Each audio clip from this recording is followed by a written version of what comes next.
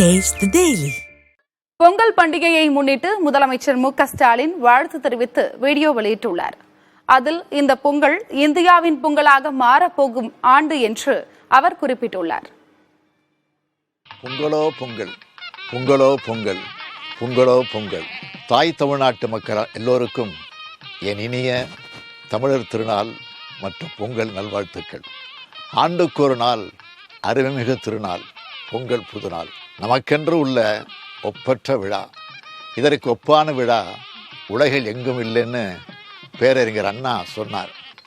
உழவுன்றது தமிழர்களோட தொழில் மட்டுமல்ல, பண்பாட்டு மரபு.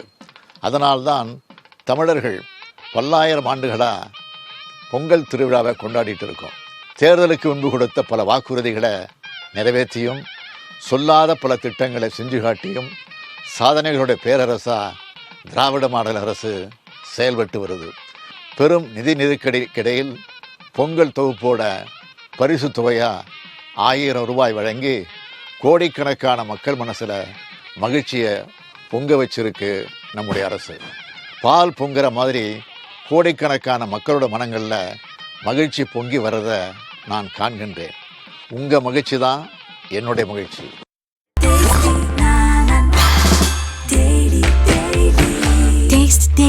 Taste the Daily.